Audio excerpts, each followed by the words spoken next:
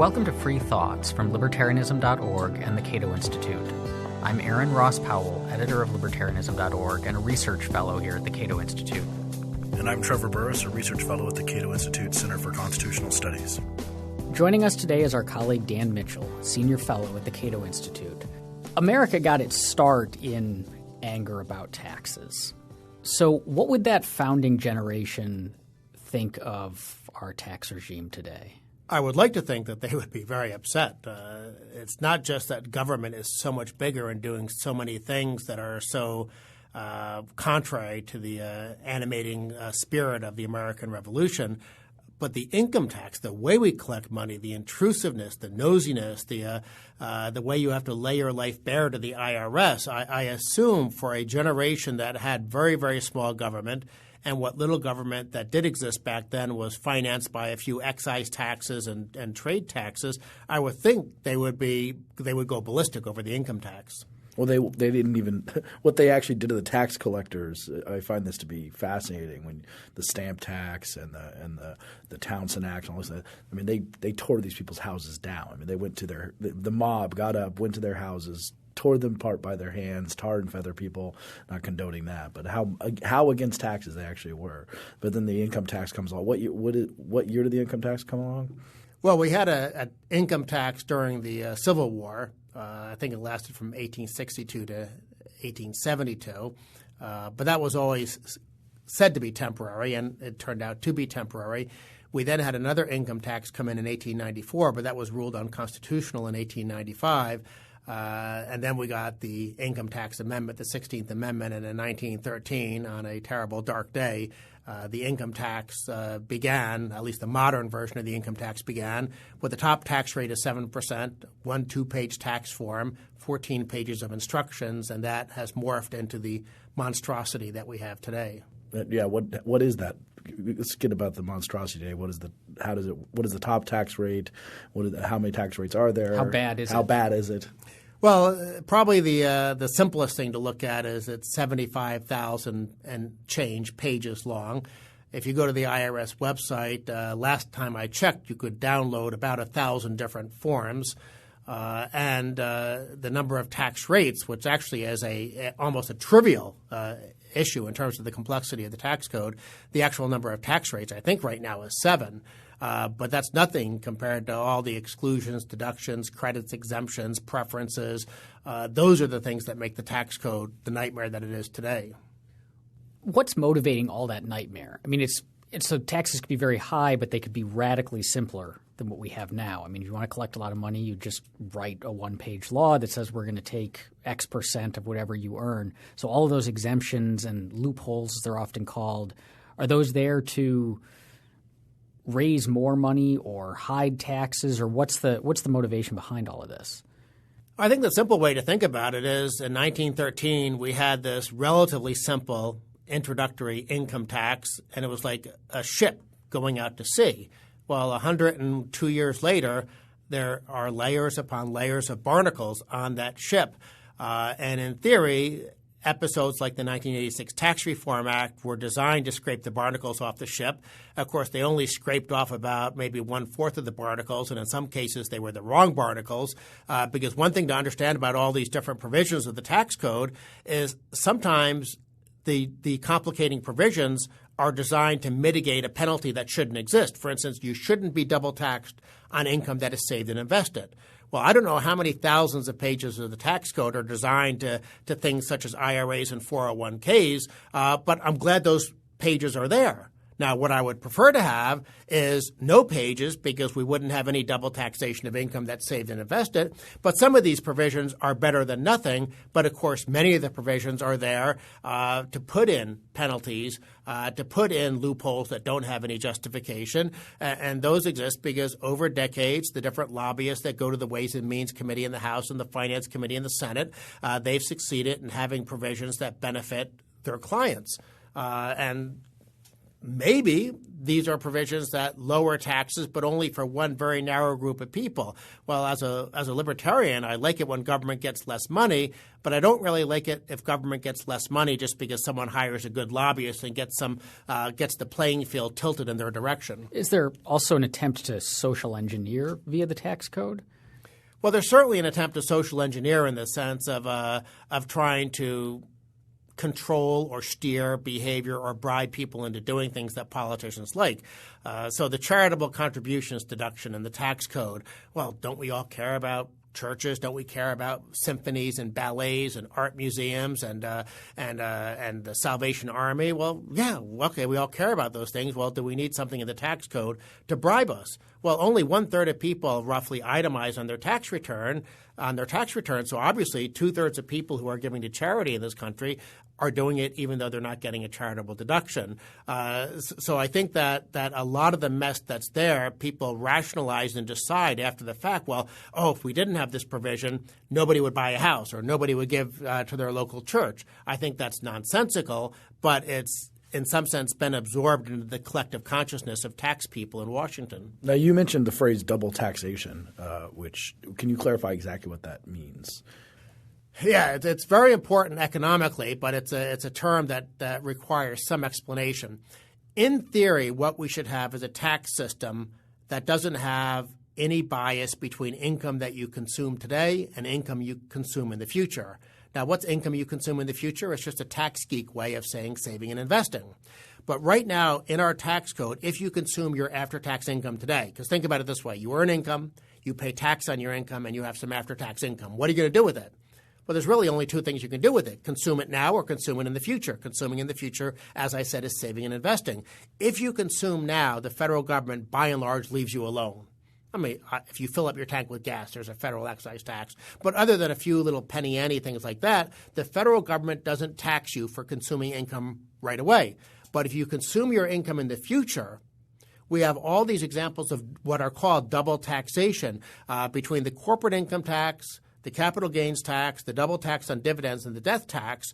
If you save and invest, you can be subject to as many as 4 different layers of tax that you don't get hit with if you consume your income right away. So obviously there's a huge bias against savings and investment in the tax code, a huge bias in favor of consumption. Why does this matter? Because every single economic theory, even the Marxists and the socialists would agree that you have to have capital formation for economic growth. You have to set aside some of today's income to finance tomorrow's prosperity. And yet our tax system treats people who do that almost like they were criminals. You mentioned earlier, though, that we often tax things that we want less of, and we give tax breaks on things we want to encourage. But it seems like saving and investing are things that unquestionably we want to encourage. So why are we taxing them more? That's because who does the saving and investing? Those evil, bad, awful rich people. And when you have a tax system that is so driven, politically at least, by a lot of the class warfare discussions, well, we can't get rid of the death tax because only rich people pay that. We can't get rid of the capital gains tax because, that's for the rich. And if you go through all the different debates and the discussions we've had about the various forms of double taxation in our country, it largely is driven by class warfare. The politicians want to collect a certain amount of money, and who's the easiest target? Well, those evil, awful, bad, rich people. But one of the common things we hear, especially from people on the left, is that the rich, because they can get accountants who know all of the loopholes or because they're politically connected, are paying much less tax than they ought to, and they're certainly not paying their fair share. So aren't all those things – we want the rich to pay their fair share, right? Well, from a libertarian perspective, the fair share is that the law should treat everyone equally. Well, what is it that's etched above the Supreme Court, equal justice under law? To me, that's just a flat tax. Now, of course, as a libertarian, ultimately I'd like to shrink the federal government so we didn't need any broad-based tax whatsoever. We got along just fine before 1913 without an income tax. But if we're going to have an income tax, I do think it should treat everybody equally.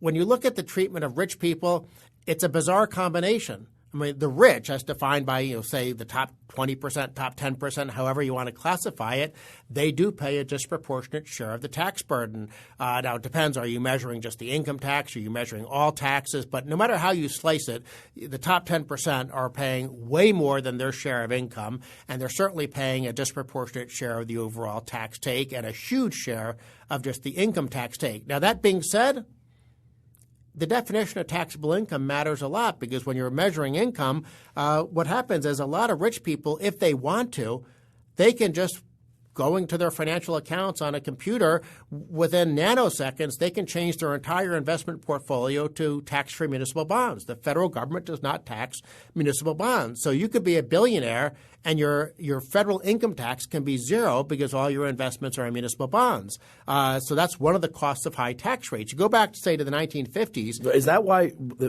interrupt you a second? Is that why the Warren Buffett played a less rate than his secretary? That thing, remember, that was going around. Warren Buffett, I paid a lower tax rate than my secretary. Is it because she was paying income tax and he probably wasn't? No, in that case it was because Warren Buffett was bad at math. Oh, okay. And actually, it's a simpler answer. I don't actually think he was bad at math. I think he was just willing to make a political point and prevaricate a little bit.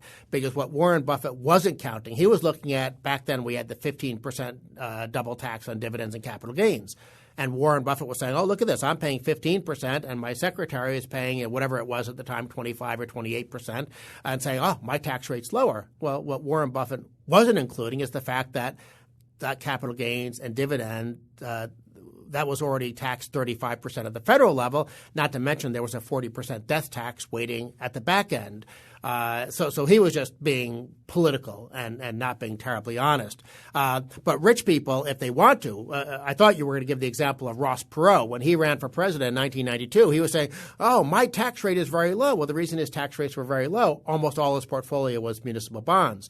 The same thing with Teresa Heinz Kerry. That came up a little bit in the 2004 campaign. So rich people, if they want to, can choose to pay zero tax. Or they can put their entire portfolio in what are called growth stocks. What are growth stocks? Those are ones that don't pay dividends. Why would somebody buy a stock that doesn't pay a dividend? Because they expect that the stock's going to rise in value. So it's called a growth stock. Well, the one thing the federal government hasn't figured out how to do yet is to tax unrealized capital gains.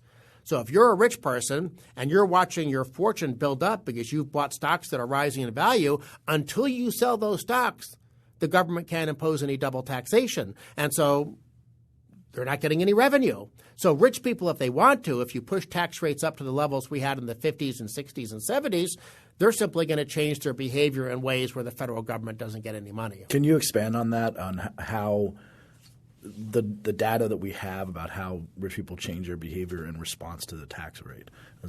I know that's happened a lot in history. Well, I think the most persuasive data is from the 1980s. The IRS every year puts out something called the Statistics of Income Bulletin. And if you're a really wonky tax geek, it's very fascinating reading. You can see by income levels how much different people earn, not individual people, but in terms of the aggregates. How much did people over $1 million make? How much did people over $100,000 make? How much did people between $30,000 and $40,000 make? Not only that, you can see the sources of their income. Was it wage and salary income? Was it dividends, capital gains? You can see what deductions they took. How many people in different income classes took the home mortgage interest deduction and so on and so forth. So it's a wealth of data. But the one thing I noticed is I went back and I looked at that data for 1980 because that's when we had a top income tax rate of 70%. And you can look at the rich, and that, traditionally in Washington that gets defined as $200,000 or above. You look at the rich people in 1980 who were affected by the 70% top tax rate, and you can see how much money they paid. The IRS collected about $19 billion from those people. By 1988, Reagan had lowered the top tax rate all the way down to 28%. And a lot of our left-wing friends said, oh, this is unfair. The rich won't pay anything. The Treasury is going to be starved of revenue. Well, what does the Statistics of Income Bulletin from the IRS showed? Rich people, again, making more than $200,000 a year or above, in 1988 at a 28% tax rate paid 5 times as much money to the Treasury. Now, it's not all because of the lower tax rate. Some of it was because of inflation, population growth. Who knows how many different factors were involved. But there's no question we had a steroid version of the Laffer Curve going on in the 1980s because rich people decided, hey, at a 28% tax rate, I'm going to earn more income. I'm going to, and this is critical, I'm going to report more income, and the IRS wound up getting a lot more money. So if you want to soak the rich, keep tax rates reasonable so that they don't have incentives to pile their money into municipal bonds and just do tax-motivated types of investing. You mentioned the Laffer Curve. Can you tell us what that is?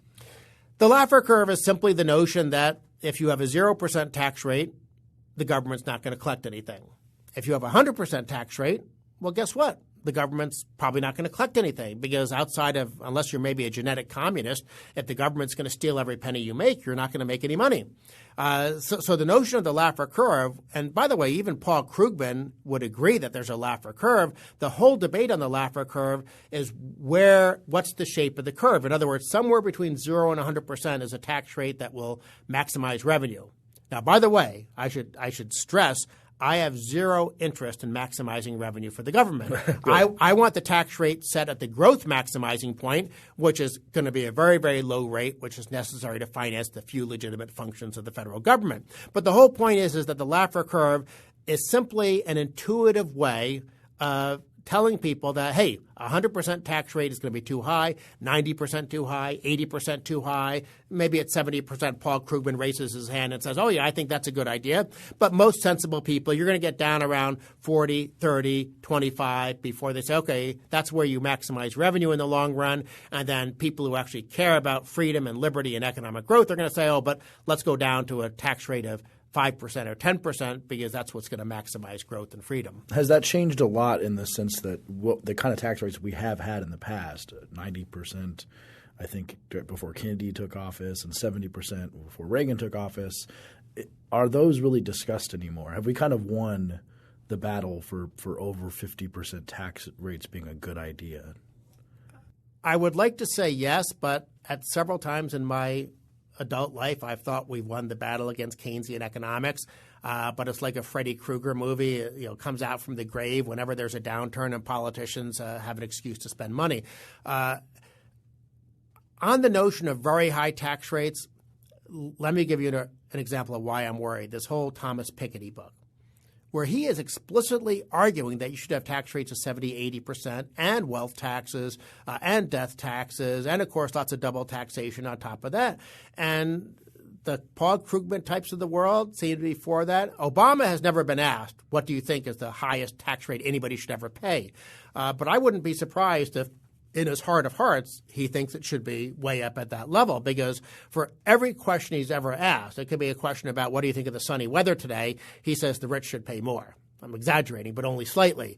So I do think that there are, on the left, we had made a lot of progress in the 1980s where we hadn't won them over on the issue of double taxation, but we had won them over on the issue of tax rates. So you had Bradley and Gephardt and other sort of reasonable centrist Democrats. I mean, even Bill Clinton, sort of said, well, you don't want tax rates to get up too high. I'm not sure that Hillary Clinton or Barack Obama today would be able to pinpoint when tax rates get too high. Asked to clarify something. We talk about we've graduated income taxes. And so when we're talking about these really high rates, the 90% or the 70%, do we mean like if there was the 90% tax rate in the past that people making a lot of money paid a full 90% of everything that they earned?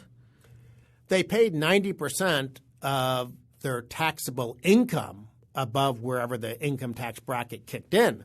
But they didn't earn and report nearly as much taxable income. One of the reasons that Reagan supposedly became a supply sider is that back when he was a movie star, he learned that if you made more than a certain number of movies a year, there was no benefit because there probably weren't that many effective tax shelters when you were a movie star. And so you get up to that 90% tax bracket, what's the point? We see that when professional athletes, free agents, will sign for a lower amount in a low tax state because it comes out to more than a much bigger contract in a higher tax state.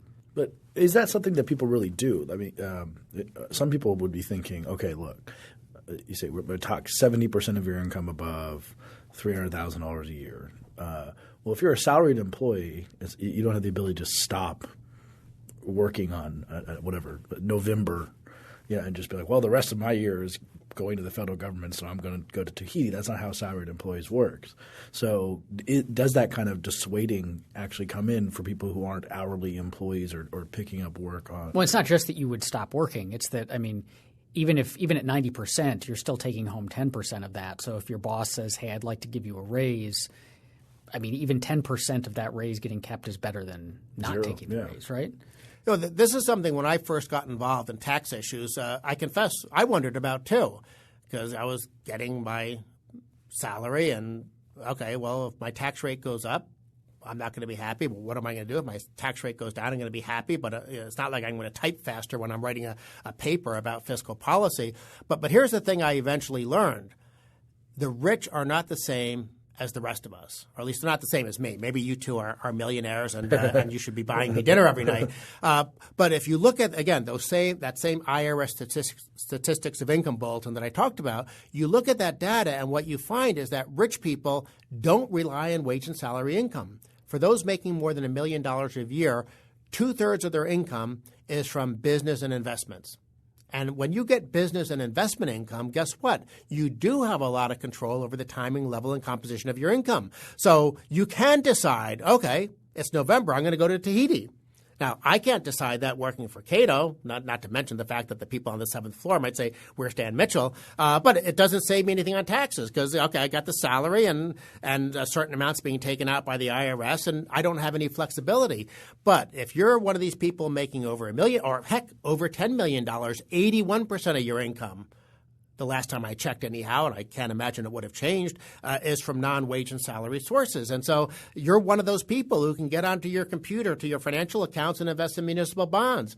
If you have business income, you have tremendous ability to accelerate and defer and recharacterize, and you can decide, okay, I'm going to take this pile of money and invest it rather than declare it as income, which, by the way, is a perfectly legitimate thing to do because if it's being invested, it's no longer income going to you. But the point is that you have all that flexibility. So, yes, you can respond in a very significant way to changes in tax policy, and it really has a big effect on savings and investment decisions for the economy.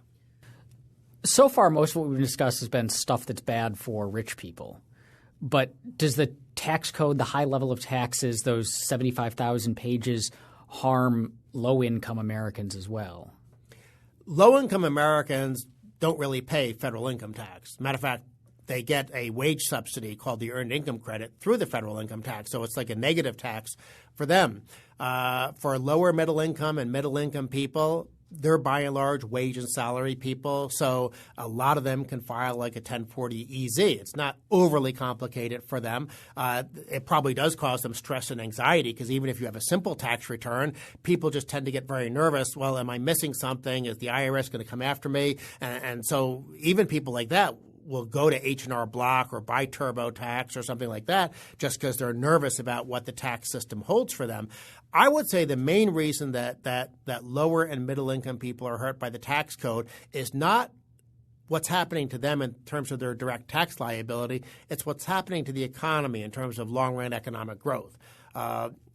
It seems like if the economy grows 3% next year instead of 2% or 2% instead of 3%, we don't think of that as being a big thing. And actually, if we're planning on dying next year, it's not a big thing. We probably wouldn't notice the change to our living standards if the economy grew 2 versus 3 or 3 versus 2. But when you go out a couple of decades and with the power of compounding, it makes an enormous difference. If the economy grows, say, 1% a year, let's say you're France or Italy, you're growing 1% a year, it takes you 70 years to double your GDP. On the other hand, if you have 3.5% growth, which is what America almost averaged for much of our nation's history, you double your GDP in 20 years. Now, think about it from the perspective of a lower income person. You're not comfortable. You have to work every day or at least 5 days a week. You can't really afford to take a lot of breaks. If your economy is growing 1% a year, 20 years down the road, that's an enormous difference versus an economy growing 3 or 4% a year. And so I think we don't appreciate how important economic growth is. I sometimes use examples of this. if you go back to 1964, and this staggers people, I didn't believe it when I first saw it, but I checked the numbers. You go back to 1964, Singapore and Jamaica had the same level of per capita GDP. Singapore and Jamaica. Singapore and Jamaica. Wow. And now Singapore is well above the United States, and their per capita GDP is something like 15 times as high as Jamaica. Why?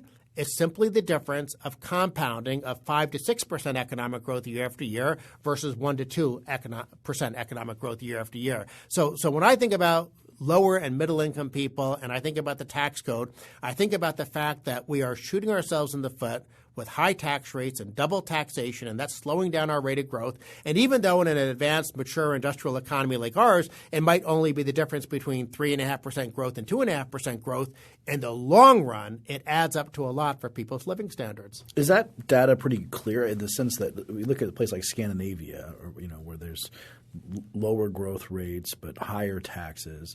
I mean, is it a pretty open and shut case that higher taxes kill growth rates and higher government spending is not good for growing the economy? Is that a pretty open and shut case?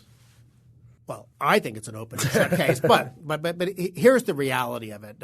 If you look at the Economic Freedom of the World Index, published by Fraser in conjunction with Cato and other think tanks around the world, you'll notice that they have 5 major categories for what determines a nation's prosperity.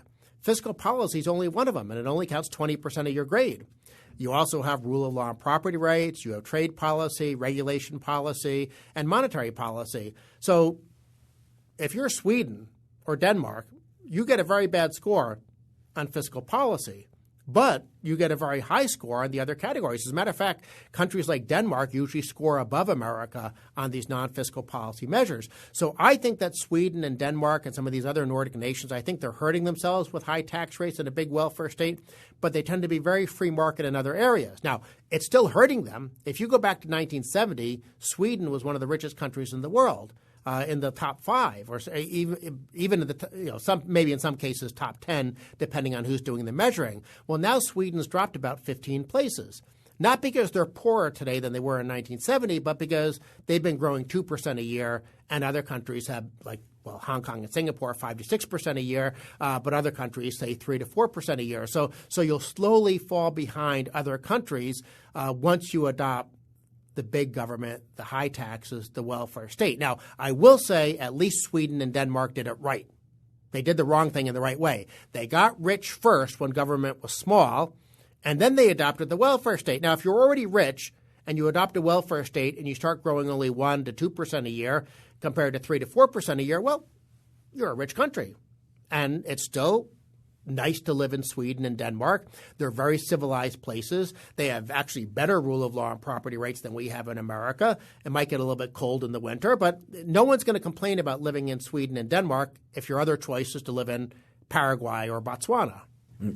You mentioned previously, and something I think is related to this, or might be just an entirely different topic, in terms of growth, and you mentioned the corporate tax rate, which you call double taxation. And sometimes we hear about the corporate tax rate being either extremely high for America, which is bad for growth, one of the highest in the world, if not the highest in the world. And other people have argued that the corporate tax rate maybe shouldn't even exist at all. How does that? What is your take on corporate taxation? Well, the bad news is that we do have the highest corporate tax rate in the world. And that's taxing the profits of corporations. Taxing the profits of corporations. Some people sometimes say, well, no, it's really the United Arab Emirates, but that's a tax it's only a severance tax on oil companies. If you have some regular company, there's 0% corporate income tax. So we have the highest corporate income tax in the world. We used to be second, but Japan lowered their rate. That's a bad thing, unquestionably, because corporations are mobile. Corporate investment, business investment, it can cross borders relatively simply. But then, of course, we compound the damage of the high corporate tax rate because we then double tax dividends and capital gains. And, of course, I already mentioned we have the death tax on top of that. Now, having said that, assuming you have an income tax, I do think business income should be taxed, but I think it should be taxed only one time. So you can make a choice. Well, do you tax that income one time at the level of the company? Or do you follow it to shareholders and tax it one time at the level of the shareholder? administratively speaking, it's easier to tax the company rather than track down, in some cases, hundreds of thousands of shareholders. But you could do it either way. But don't do it both ways. And whatever way you choose to do it, have the rate be competitive and low. While we're on the topic of corporations who can move, can shift to countries that have lower taxes, one of the things you've written about in the past is tax competition. Tax competition is simply the notion that, especially in a globalized economy, labor and capital, jobs and investment can cross national borders. And I think this really kicked off in a big way back about 1980 when Reagan and Thatcher cut individual income tax rates. And you saw a change in global investment and migration patterns. But then it really began to also take effect on corporate taxes, where Ireland deserves a lot of credit. They used to have a corporate tax rate way up at 50%. Then they lowered it to this bifurcated 30 and 10 system. The European Union said, oh, that's unfair to have a bifurcated system. So Ireland sort of stuck a finger in their eye and said, okay, we'll just have one low rate for everything of 12.5%. And you saw big benefits for Ireland of that. And other countries were forced not only to lower their individual income tax rates because of Reagan and Thatcher, but they were forced to lower their corporate income tax rates because of Ireland. And then, heck, it's even applied to things like dividend taxes and capital gains taxes, because if you're a well-to-do investor in Europe, and you're being taxed at very high rates and being double taxed, what are you going to do? You're going to move your investments to Switzerland or Luxembourg or Miami or Cayman or something like that. And so countries had to lower their double taxation. A lot of countries got rid of their wealth taxes and death taxes. Heck, the richest person in Sweden had moved to Switzerland, the head of IKEA, the founder of IKEA, and guess what? Sweden recently got rid of their death tax and wealth tax. He moved back. So that's just an example of one person where it makes a difference in terms of what your tax policy is. So I think tax competition is a very important liberalizing force in the global economy because it sort of handcuffs politicians. It tells them you may want to rape and pillage rich people, but guess what? The geese that lay the golden eggs can fly away if you're mistreating them too much. And I think what we saw from 1980 till about end of last decade was a very positive cycle of tax competition. What worries me now is operating through international bureaucracies like the OECD, high-tax governments have gotten together to try to constrain tax competition. They want to create something akin to an OPEC for politicians. I've heard you often say that one of the most important characteristics of a tax code is that it's neutral. What do you mean by it being neutral? Well, I suppose I should first say there's no such thing as a neutral tax code, because if you're going to tax people for earning income, you're obviously changing the trade-off between labor and leisure. That being said, you should minimize the distortions in the tax code so that you are as close to neutral as possible. Now, we already talked about double taxation. Well, what's that about? It's about creating neutrality between income that's consumed today and income that's consumed in the future. That's why you want to get rid of double taxation on saving and investing. But you also want neutrality in the sense that you don't want politicians saying, okay, if you earn money as a carpenter, you have zero tax. If you earn money as a plumber, you get taxed 50%. I mean, that's way too many carpenters then. That's a hypothetical example of a distortion. But in that 75,000-page tax code, we have lots of real-world examples of distortions. And sometimes these distortions are very technical, dealing with what's the so-called depreciation schedule for one type of business investment versus another type of business investment. Sometimes it's distortions, as I said, in the form of double taxation. Sometimes it's – well, actually, one of the worst and biggest distortions in the absence of neutrality in the tax code is the healthcare exclusion. If you had Michael Cannon or Mike Tanner here, they would wax poetic about how this causes a third-party payment payer problem because people have this artificial incentive to get as much of their compensation as possible in the form of tax-free fringe benefits. And that has messed up the healthcare system, in addition, of course, to Medicare and Medicaid and other government interventions. But you want neutrality because if you want growth and prosperity, you want people making decisions on the basis of what makes economic sense, not on the basis of what minimizes their tax bill. But if you have high tax rates and a complicated system, guess what? That's what people are going to focus on, at least to some degree. Would a flat tax be better than what we have now?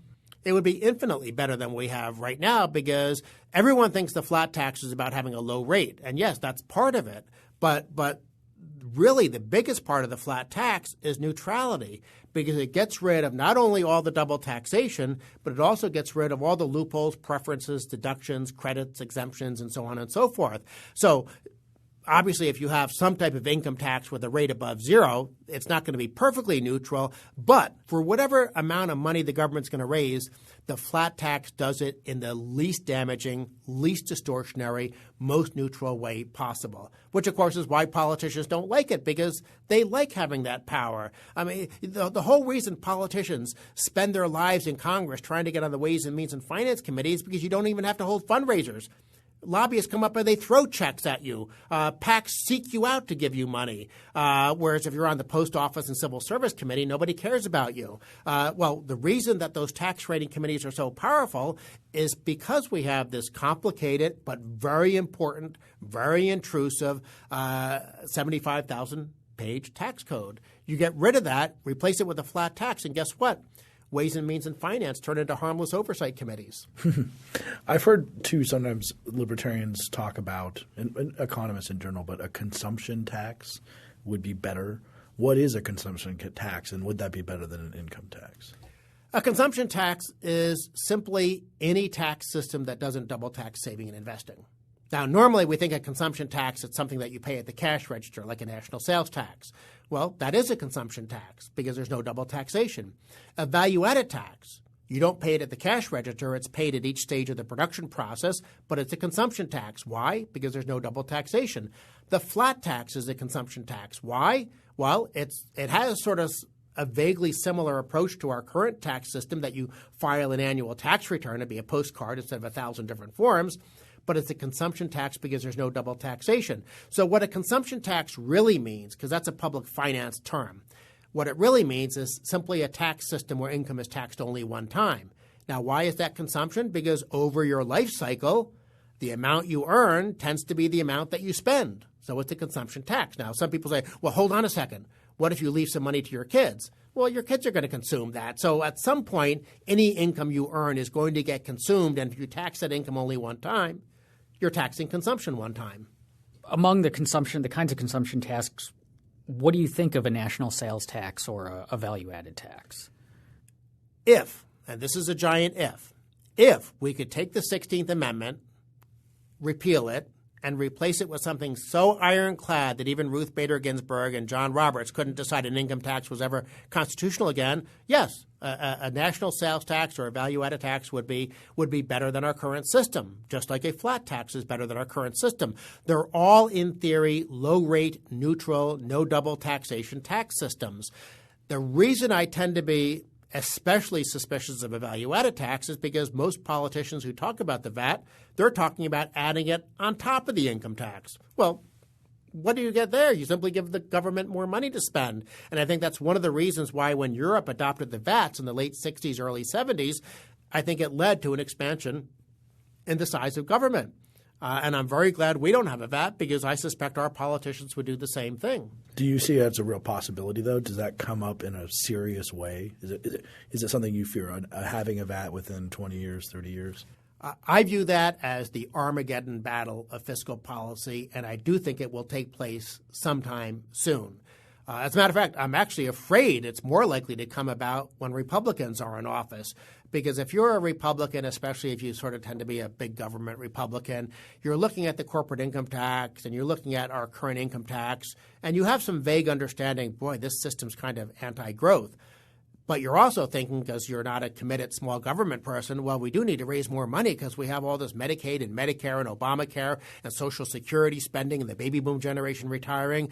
So, boy, we want to raise more money, but we don't want to do it with this tax system that we already have that's very bad for growth. So let's put in this other tax system because somewhere I thought I heard somebody telling me that consumption taxes aren't as bad for growth. Okay, that's right. They're not as bad for growth, but that doesn't mean that they're good for growth. They're just not as bad for growth. And when you add them on top of a system that's already very anti-growth, well, then you become France. It seems like a national sales tax or value-added tax would be particularly harmful to lower-income Americans, though, because right now they're not paying much, if anything, in federal income tax, but they also spend a huge chunk of their income on retail goods, on food, on various things that would suddenly cost a lot more, whether they're paying a higher sales tax or the cost was baked into their retail price. Yeah, that fortunately is why Democrats have been a little bit hesitant about pushing a VAT. I mean, I think most Democrats at the end of the day will want a VAT because they're not going to want to reform entitlements, and something's going to have to give. And so they'll decide, okay, let's get this new source of revenue. But they're reluctant, or at least they express reluctance, because they say they don't want poor people and lower middle income people being subject to tax. Now, the people who propose a national sales tax as a replacement for the income tax, and those are people I actually view as allies, they have something called a prebate. Now, it's called a prebate because the government would send a check to households once a month based on projected sales tax revenue on spending up to the poverty line. And that would, in effect, be sort of like the family-based allowance that we have in the current system or the family-based allowance that's in the flat tax. So everyone gets to earn a certain amount of money to keep hearth and home together before taxes kick in. And if you have a national sales tax, you can only really do it through a prebate system. Under a value-added tax system in Europe, they don't really have anything to protect low-income people. So if you're one of these in one of these countries like Denmark or Sweden where the value-added tax is 25%, it's hidden from you. You don't know you're paying that much because you never see it on a sales register receipt or anything like that. But boy, does that have a negative effect on living standards for everybody. But of course, it's especially hard-hitting for people with low incomes. So what does the ideal tax policy look like then? There's a lot of these that we've thrown out. It needs to be neutral and not double taxation. And other than not wanting that much taxation, in terms of policy, what is the best way to run any size of government with taxation? Well, as I said, in my fantasy world, we have the central government back where the founding fathers envisioned, where you don't need any broad-based tax whatsoever. But my fantasies usually don't come true, I'm sad to say. And so if we have anything even approaching the current government we have now, or God forbid, the Leviathan that's sort of baked into the cake because of poorly designed entitlements and demographic change, some sort of lowest possible rate consumption-based tax is the least damaging way of raising any particular amount of money you're trying to raise. Now, obviously, if you have a government like France that's consuming 57% of GDP, that's still going to be a very damaging tax system. On the other hand, if you're Hong Kong and your government's consuming 18% of GDP, well, then you can probably raise money without having it have too much of a negative effect on growth. So you'd be looking to the lowest one where you're balancing the budget on your revenues over time, even if it's 57% of GDP, but that's still going to hurt growth, as you're saying. Like that, to balance those revenues would still hurt growth. Yes. Well, for several reasons. First of all, government spending in and of itself hurts growth because you're diverting resources from the productive sector of the economy. And usually when governments are spending money, they're doing things like subsidizing people for not working. So a lot of government spending, maybe not physical and human capital spending, the economic evidence on that tends to be more mixed, but transfer and consumption spending, as public finance economists categorize these things, those types of outlays definitely have a negative effect on the economy. Even if tax revenues sort of floated down from heaven and you didn't have to have a tax code, that type of government spending would still be bad for growth. But then in the real world, because money doesn't float down from heaven, at least not that's never come into my pockets, when you have a tax code, well, it's simply a question of how much damage you're doing on top of the damage caused by the government spending. If you have the lowest possible rate consumption-based tax, and of course in France it would still need to be a very high rate, but if you try to raise revenue in the least damaging way, well then the additional damage on top of the damage caused by the government spending is going to be X. Whereas if you raise your tax system with a class warfare tax code with lots of double taxation, then the economic damage might be 3X or 4X. In 1986, we had this, we've mentioned it a couple of times, we had a very good reform that turned, I think it was like 14 tax brackets into 2, basically, right?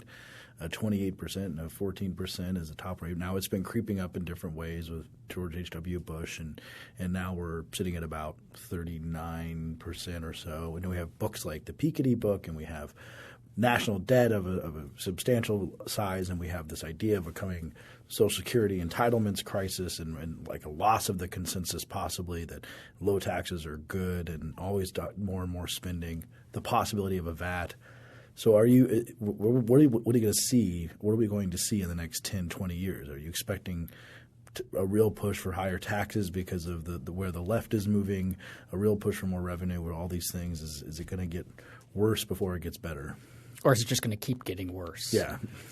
Well, if I had to bet money, I think it'll keep getting worse. Like a lot of libertarians, I tend to sometimes be dour and pessimistic about, because you just look at the public choice incentives of politicians to make government bigger and bigger. But on an operational day-to-day basis, I try to be optimistic because I do think there is still a streak of independence and libertarian type thinking among the American people. You look at these cross-country polls where they ask people, is it government's responsibility to give you a job, a house, and so on and so forth? Americans do answer those questions in a much more favorable way to liberty than, say, Europeans will answer those questions. So I do think that it's not hopeless, and I come to work every day at Cato because I think the fight is very much worth having, and I think it is possible to win. But winning that battle means we have to at some point reform the entitlement programs. We have to at some point figure out how to decentralize programs back to the state and local governments because they don't belong in Washington. And we're never going to achieve these spending reforms if politicians think there's new revenue coming to Washington. And that's why fighting the value-added tax, I referred to it earlier as an Armageddon battle. I really think it's an Armageddon battle because if the other side gets a VAT, then not only will I sort of have the usual libertarian pessimism about corrupt politicians, big spending politicians, but then I'll think, oh, my God, we've just given these alcoholics the keys to the liquor store. And at that point, okay, well, let's see, do I move to Australia, Estonia, Cayman Islands? What can I do? Because I'll really, really be pessimistic at that point. And here's the dirty little secret about fiscal policy and taxes. Behind closed doors, I think a lot of leftist politicians actually understand you can't raise that much money with class warfare taxes. They talk about it, they demagogue about it, but they understand to some degree that if you put in place these 1970s style tax rates of 70% or going back to the 1950s, 90%, they know people are going to change their behavior. And so if they want to finance the giant welfare state that's sort of baked into the cake, they better come up with a VAT. I mean, it doesn't mean they won't also try to increase other tax rates as well, but they know on the other side that a VAT is the only way we can have a European-sized government in the U.S. Thank you for listening. If you have any questions, you can find us on Twitter at FreeThoughtsPod. That's FreeThoughtsPod. Free Thoughts is produced by Evan Banks and Mark McDaniel. To learn more, find us on the web at www.libertarianism.org.